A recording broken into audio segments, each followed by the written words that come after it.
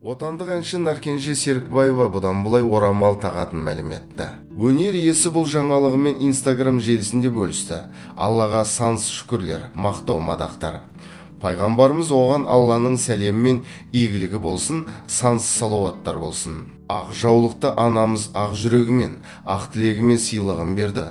Осындай аналардың жолын жалғайын деп басыма орамал тақтым. Саналы түрде жүрек қалауымен осы шешімге келдім. 5 уақытымды түгендеп, анама жақсылық жасап, туыстарыма қарасып, елге әнімді, тағылымды термемді арнап жүрсем болғаны. Басқа арманым жоқ. Мені орамалмен көру қажы анамның тілегі еді.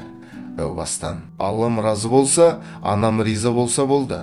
Бұйырса желтоқсан айында анаммен бірге жолдасым екеуміз қасиетті мекенге аттанғалы жатырмыз. Алла нәсіп еткен болсын. Орамалыма тиісетіндер де табылады. Қорқа қарап шошитында ештеңе жоқ. Қолыма домбыра ұстап, дәстүрлі әнді дәріптеп жүрген соң киімімде өнеріме сай болу керек қой. Алла баршамызды тура жолына салсын, адастырмасын.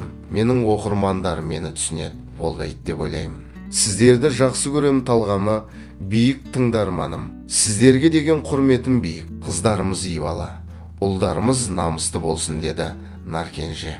Егер видео ұнаса каналға жазылуды ұмытпаңыздар.